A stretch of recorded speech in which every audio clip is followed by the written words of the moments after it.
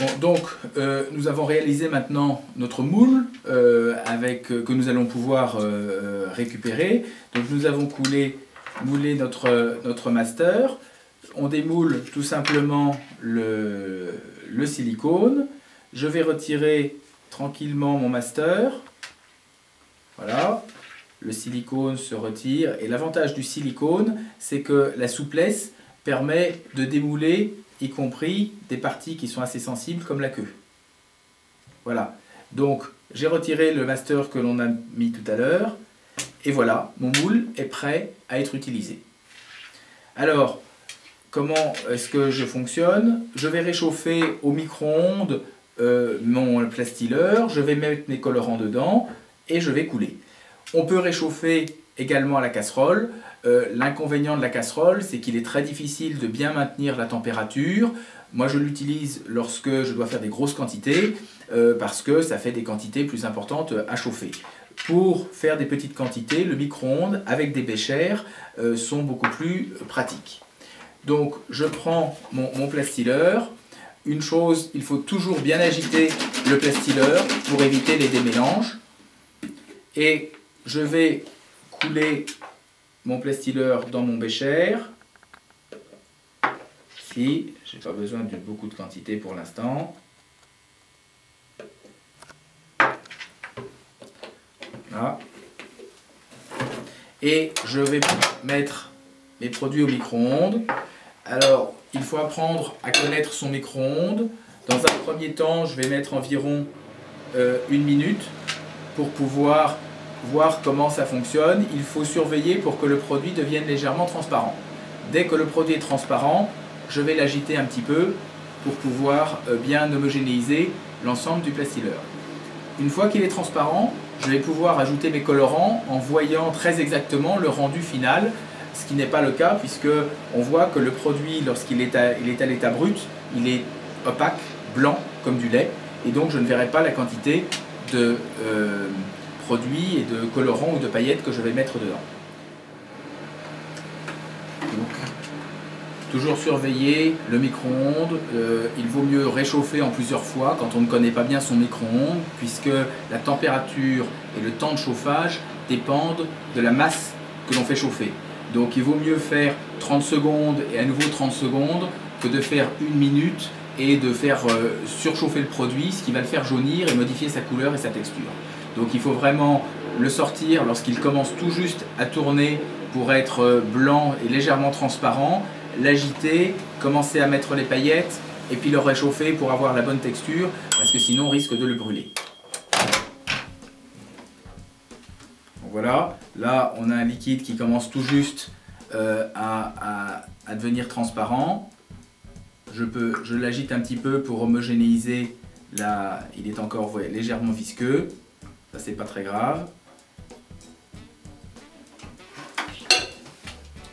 Je vais agiter. Donc ici, j'ai mis deux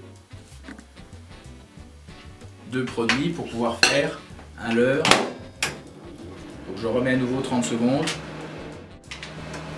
Je prépare mes colorants.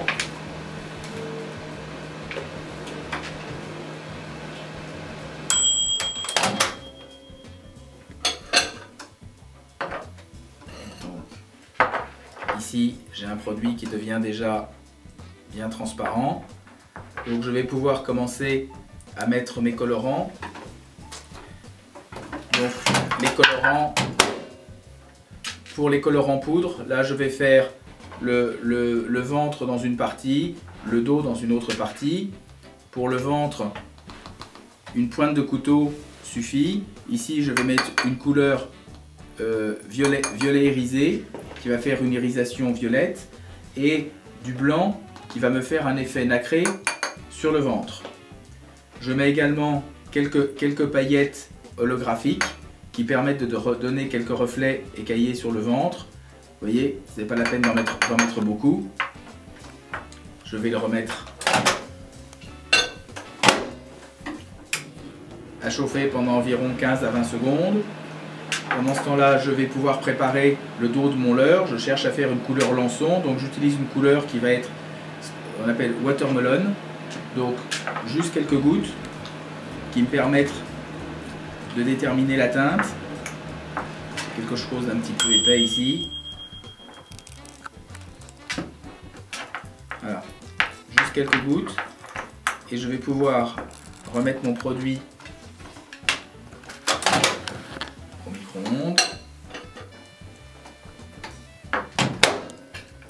Je reprends mon premier produit que je peux agiter. Et voilà qui est liquide. Pas tout à fait assez.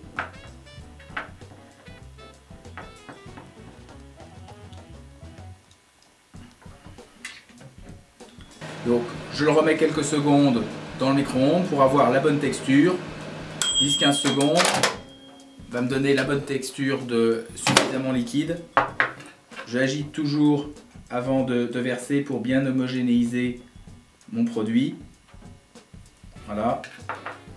Et maintenant, alors pour un shad, je commence toujours par la queue, de manière à avoir la partie la plus liquide, parce que mon produit va s'épaissir. Voilà. Et ensuite, je fais le ventre.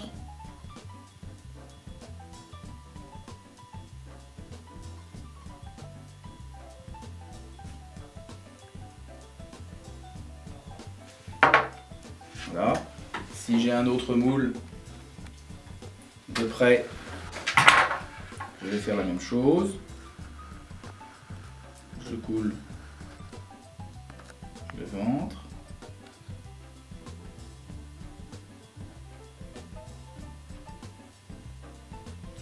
Voilà.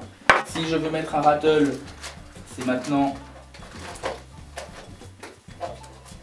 que je vais l'intégrer. Voilà, donc je vais placer mon rattle ici dedans.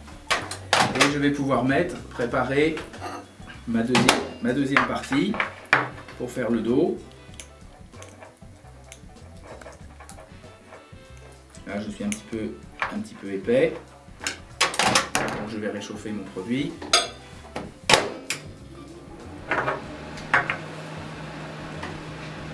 Donc, si je veux obtenir un produit qui est bien séparé entre les deux couleurs, je vais attendre que la première couche refroidisse. Si je veux un produit dont la limite entre le dos et le ventre n'est pas très nette, à ce moment-là, je vais le faire quasiment simultanément, c'est-à-dire que je vais réchauffer les deux produits simultanément pour les verser l'un après l'autre.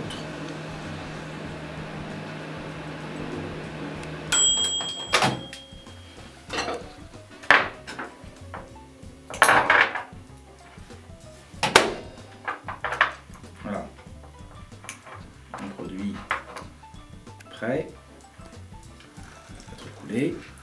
Donc là, je vais pouvoir faire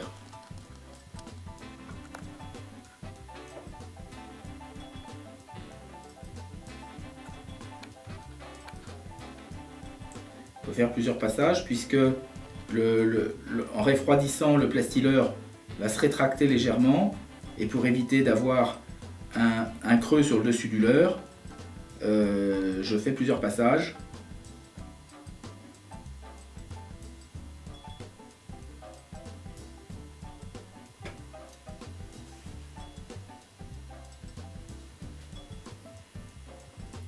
Voilà. Si j'ai un petit peu de produit qui a dépassé sur les côtés, c'est pas grave, ça s'enlève très bien au ciseau après. Il y a une autre méthode qui consiste à prendre une lame que l'on fait chauffer et que l'on passe au ras du produit une fois que pour l'enlever, et ça permet d'avoir un dessus de leurre qui est complètement lisse et parfaitement homogène. Donc là maintenant, il faut que j'attende quelques minutes, environ 2-3 minutes, ça dépend de la taille du leurre. Sur un petit leurre de cette taille-là, ça va être de l'ordre de 2 minutes. Sur un très gros shad, ça va être de l'ordre de 4 à 5 minutes, le temps que la matière complètement se refroidisse. Et ensuite, je le retire pour le mettre à refroidir dans l'eau. L'intérêt de l'eau, c'est que le produit va flotter, il va flotter d'une manière complètement horizontale, et donc il va refroidir d'une manière définitive dans la forme parfaite. Donc je vérifie au fur et à mesure pour voir si le leurre est prêt à démouler. Là, je vois qu'il est encore un petit peu souple, c'est un petit peu tôt pour le démouler.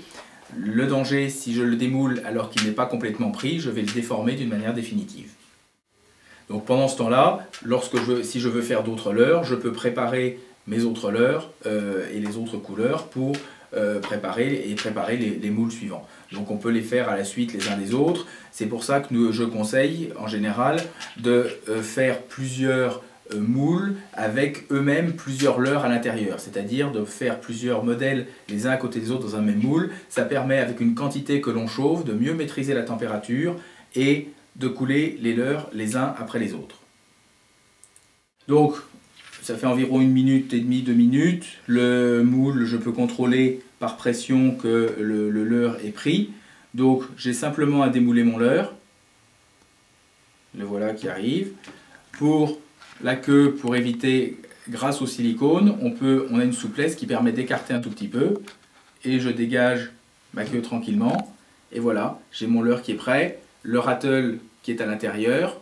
Et je n'ai plus qu'à le mettre à refroidir dans l'eau, où là on a le leurre qui va flotter. De la même manière, je démoule mon autre leurre ici. Grâce à la souplesse et au silicone, on démoule le leurre. Et voilà mon petit jerk qui est prêt ici. Après, une fois que le produit est complètement refroidi, et s'il y a des petites bavures sur le côté, un petit coup de ciseau et le leurre est prêt à être monté.